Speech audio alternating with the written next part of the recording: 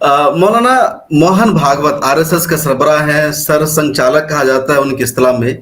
انہوں نے ایک یونیک کام اس بارے کیا ہے کہ مسجد اور مدرسے کا دورہ کیا ہے، اور بڑی چرچا ہے مسجد کیوں گئے، مدرسہ کیوں گئے، اور لوگ الگ الگ مطلب بھی اس کا نکال رہے ہیں. کچھ لوگ کہہ رہے ہیں ہماری وجہ سے گئے، کچھ لوگ کہہ رہے ہیں کہ ہماری تحریک کا اثر ہے. آپ کو کیا لگتا ہے کیوں گئے موہن بھاگوت مسجد اور مدرسہ میں؟ یہ سوال کا جواب تو میرے خیال میں ان سے ہی پوچھنا چاہیے کہ کیوں گئے. کسی اور کے دل دماغ میں تو میں بیٹھا ہوا نہیں ہوں، اور ایک جواب تو انہوں نے دیا جنہوں نے بلایا تھا ان کو.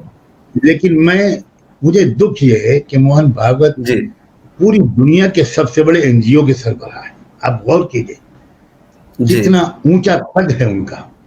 ہو سکتا ہے ہمیں ان کی آئیڈیالوجی سے پورا اتفاق نہ ہو، یہ الگ بات ہے، لیکن ہم یہ مانتے ہیں کہ پوری دنیا کی سب سے بڑی NGO کو لیڈ کر رہا ہے وہ شخص. انہوں نے اپنے قد کو چھوٹا کر دیا. اگر ان کو ملنا تھا مسلم لیڈرشپ سے تو مسلمانوں کے جنوین لیڈرشپ، بڑی بڑی آرگنائزیشنز، ان کے پاس وہ لیٹر بھیجتے اور ان سے کہتے کہ میں آپ سے ملنا چاہتا ہوں، آپ کی شکایتیں سننا چاہتا ہوں، اس کو دور کرنا چاہتا ہوں، اور ایک ہیلدی کنسٹرکٹیو ڈائلاگ کا سلسلہ شروع کرنا چاہتا ہوں. تو پھر اب وہ بال آ جاتی مسلم تنظیموں کے کورٹ میں. وہ لوگ اس کو ایکسیپٹ کرتے، ریفیوز کرتے. کیا ہوتا؟ اب آپ چن رہے ہیں ایک ایسے شخص کو جس کے لیے میں کچھ زیادہ تبصرہ نہیں کرنا چاہتا. اتنا ہی کافی ہے کہ ادھر سے راشٹرپتا کا آپ کو تمغہ مل گیا. تو یہ تو بھائی کمال ہے. یہ تو پھر سمجھ میں نہیں آتا کہ اس پالے کے ارد گرد بھی یہی ٹیم کھیل رہی ہے اور پالے کے ارد گرد بھی وہی ٹیم کھیل رہی ہے. صرف پلیئرز کے یونیفارم میں تھوڑا فرق ہے. جنہوں نے راشٹرپتا کا خطاب دیا، ان کا میں نے انٹرویو کیا تھا، تو انہوں نے دو بات اس میں اہم بتایا. ان کا یہ کہنا تھا کہ ان کو غلط فہمیاں تھی مدرسوں کے تعلق سے یا مسجدوں کے تعلق سے کہ مدرسوں میں یہ پڑھا جاتا ہے غزوہ ہند، خلافت کی تحریک. تو ہم نے کہا چل کر کے دیکھ لیجئے. دوسرا انہوں نے کہا کہ ڈائیلاگ ضروری ہے اور اس کو آگے بڑھانے کے لیے ہم 100 علماء کرام کو اکٹھا کرنے جا رہے ہیں اور اس میں موہن بھاگوت صاحب کو بلائیں گے. کسی باخبر آدمی سے پوچھئے کہ بھارت کے کون کون سے بڑے بڑے مدرسے ہیں جو اوپینین میکرز ہیں، جو پورے ملک کے مسجدوں کو امام دے رہے ہیں، علماء دے رہے ہیں. کون ہیں جو قرآن کا درس دیتے ہیں، تفسیر لکھتے ہیں، اسلام کی تشریح کرتے ہیں، فتوے جاری کرتے ہیں، لوگوں کو مسائل کا حل بتاتے ہیں. تو کون سی نمبر پر اس مدرسے کی نام آئے گا اس فہرست میں؟ وہ آپ ہی دلی میں رہتے ہیں تو ذرا میری مدد کیجیے. وہ جو فہرست بنے گی مدرسوں کی تو وہ کس نمبر پر اس مدرسے کا نام آئے گا؟ میں نہیں کہتا کہ اس مدرسے میں نہیں جانا چاہیے، مگر شروعات کہاں سے کرنی چاہیے؟ کیا وہ بڑے بڑے مدرسے جن کو پوری دنیا جانتی ہے ان مدرسوں میں جاتے، اور جس مدرسے کو ٹیررزم کا سب سے بڑا مرکز بتایا جاتا ہے دارالعلوم دیوبند، وہاں سے شروعات کرتے تو بات سمجھ میں آتی. آپ تو اس مدرسے میں گئے جہاں انہوں نے ایک چھوٹے سے مدرسے سے شروعات کیا ہے. مدرسے والے بھی پہل کر رہے ہیں، دارالعلوم دیوبند، دارالعلوم ندوہ، اشرفیہ مبارک پور، جامعہ سلفیہ بنارس خود ان کو دعوت دیں کہ آپ ہمارے مدرسے میں بھی آئیے. آپ کی یہ رائے ان لوگوں تک خدا کرے جلدی پہنچ جائے اور ان کا جو جواب آپ کو ملے مجھے بتا دیجیے گا. کیونکہ یہ شکوہ صحیح، جیسے ایک اور دانشور پروفیسر اختر الواسع صاحب سے میری بات چیت ہو رہی تھی، ان کا کہنا تھا کہ اگر وہ دارالعلوم دیوبند سے شروع کرتے تو زیادہ اچھا تھا. آپ بھی وہی کہہ رہے ہیں سب لوگ، لیکن انہوں نے ادھر سے شروع کیا. لیکن کیا دارالعلوم دیوبند کو بھی ان کو ایک قدم، میں سچ اپنے ضمیر کو گواہ بنا کے کہتا ہوں، جی سچ بات ہے. پتہ نہیں کس نے ان کو یہ مشورہ دیا. موہن بھاگوت بہت بڑے لیڈر ہیں، اس لیے میں نہیں کہہ رہا ہوں کہ وہ اس وقت ملک پر حکومت ان کی ہے، بلکہ میں ایک بحیثیت NGO، سب سے بڑی NGO ہے ان کی. یہ کوئی معمولی کام نہیں ہے کہ انڈیا جیسے اتنے بڑے ملک میں سب سے بڑی NGO چلانا. اور کتنی ان کی شاخیں ہیں، مزدوروں کی الگ، کسانوں کی الگ، ودیارتھیوں کی الگ، ٹیچرز کی الگ.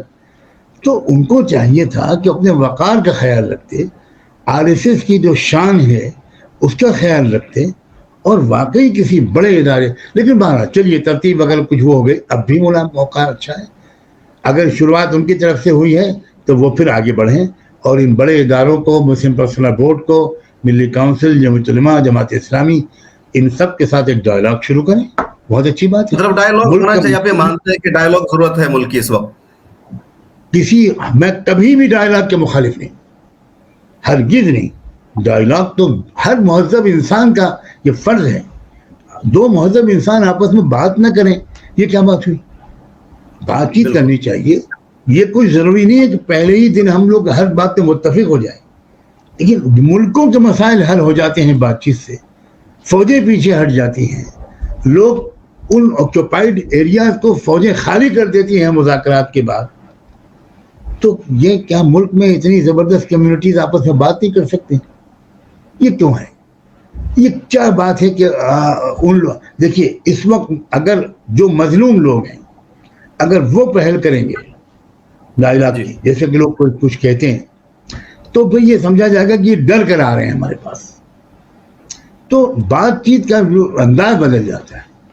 ہم قانونی طور پر اپنی ریلیف حاصل کرنے کی کوشش کرتے ہیں، سوشل ورک کر کے، خدمت خلق کر کے. آپ دیکھیے کورونا کے زمانے میں کیا مسلمانوں نے اس ملک کے پریشان حال لوگوں کے دکھ درد بانٹنے میں میجر رول پلے نہیں کیا. اس کورونا کے زمانے میں پیدل جانے والے مزدوروں کو کس نے کھانا کھلایا؟ کن لوگوں نے چاند ہتھیلی پر رکھ کر مریضوں کی خدمت کی، جنازے اٹھائے؟ غیر مسلم وہ لوگ جو دنیا سے چلے گئے، ان کے مذہبی رسوم کے مطابق انہوں نے رسمیں ادا کی. کیا چاہتے ہیں مسلمانوں سے؟ اور اب یہ بات تو بہت دل توڑتی ہے اور امید کو کم کرتی ہے کہ مسلمانوں کی زبردست گرشت کے بعد ان کو کہا جاتا ہے یہی پی ایف آئی. کاش کہ اس وقت ان میں سے کچھ لوگ سامنے ہوتے تو وہ پوری تصویریں دکھاتے پورے ملک کو کہ انہوں نے کورونا کے زمانے میں کیا زبردست خدمت انجام دی ہے. جی بالکل. غیر مسلموں کی بھی تدفین کی تھی، ہندوؤں کی بھی تدفین کی تھی. اور بعض علماء نے پر تنقید کی کہ آپ نے کبھی مسئلہ پوچھا کسی عالم سے کہ یہ کرنا چاہیے تھا، آپ کو نہیں کرنا چاہیے تھا؟ آپ ہیلپ کر دیتے، لیکن آخری رسوم آپ نے تو نہیں نا تنقید کی تھی. میں مفتی ہوں ہی نہیں، میں تو فتویٰ لینے والا ہوں اور میں تو کچھ فتویٰ دے ہی نہیں سکتا. اچھا، کچھ ملاقات مسلم دانشوروں سے ایسی ہوئی جس میں موہن بھاگوت یا RSS کی طرف سے پہل ہوئی ہے، اور ابھی مسجد مدرسہ میں جانے سے کچھ دن پہلے انہوں نے دلی کے 5 معروف دانشوروں سے ملاقات کی تھی. جنرل ضمیر الدین شاہ سے علی گڑھ مسلم یونیورسٹی کے سابق VC ہے، نجیب جنگ دلی کے LG رہ چکے ہیں، اسماعیل قریشی سابق وہ الیکشن کمشنر رہے ہیں، یا اس میں شاہد صدیقی صاحب اور سعید شیروانی بھی شامل تھے. تو ان لوگوں کا کہنا ہے کہ ادھر ہی سے آیا تھا کہ ملاقات کرنا چاہیے، اور ہم لوگوں نے ملاقات کی ہے. اور ان کی ملاقات کی جو خبر آئی اس میں 2 باتیں خاص طور پر مطلب موہن بھاگوت نے کہا کہ مسلمان کافر نہ کہیں ہم کو، ہماری ان سے ریکویسٹ ہے تاکہ ہماری دنیا ختم ہو. دوسرا انہوں نے کہا کہ مسلمان جہاد کی بات چیت نہ کرے. آپ کیا کہتے ہیں اس بارے میں؟ میں پہلی بات یہ کہ اس ملاقات تو اچھی چیز ہے، جس نے بھی کی ہو بہت اچھی بات ہے، ہم اس کو بہت اپریشیٹ کرتے ہیں اور اپنے ان دانشوروں کا شکریہ ادا کرتے ہیں کہ انہوں نے ایک پہل کی. دوسری بات یہ ہے کہ یہ جو انہوں نے مطالبے کیے ہیں اس کا تعلق اسلامک تھیولوجی سے ہے، اور میرے خیال میں 4-6 لوگ جو گئے تھے ان میں کوئی عالم دین نہیں، کوئی اسلامک اسکالر نہیں. تو اب آپ سوچئے کہ آپ کسی ڈاکٹر کے کلینک میں جائیں اور آپ کہیں کہ 124A کا کیس کے سلسلے میں کون سا کیپسول کھائیں، تو میرا خیال یہ ہے کہ ڈاکٹر یہ کہے گا کہ میں چیسٹ اسپیشلسٹ ہوں اور آپ دماغ کے مریض ہیں، آپ کسی دماغ کے ڈاکٹر کے پاس جائیے. اب یہ جو انہوں نے ایک بہت اکیڈمک بحث کی ہے چھڑے موہن بھاگوت جی نے، کافر کسے کہتے ہیں اور جہاد کسے کہتے ہیں. میں سمجھتا ہوں انٹلیکچوئل حضرات کو یہ کہنا چاہیے تھا کہ بہت شکریہ آپ کے ان سوالات کا، لیکن ہم لوگ اس کے لیے فٹ پرسنس نہیں ہیں.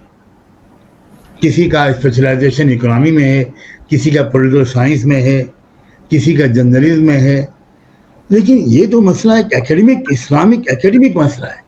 تو آئیے آپ ان سوالات کو ہمارے جو بڑے اسکالرس ہیں ان کے سامنے رکھیے، یہ ان کو کرنا چاہیے.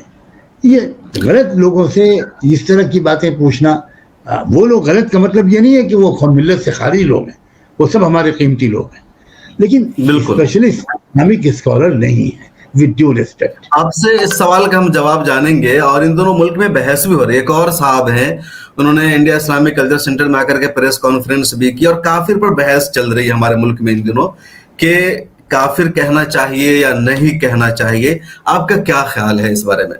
مجھے اس کی تو خوشی ہے کہ کچھ لوگوں نے اتنی بات سمجھ لی کہ کافر اچھی چیز نہیں ہے. یہ بھی ایک اچیومنٹ ہے.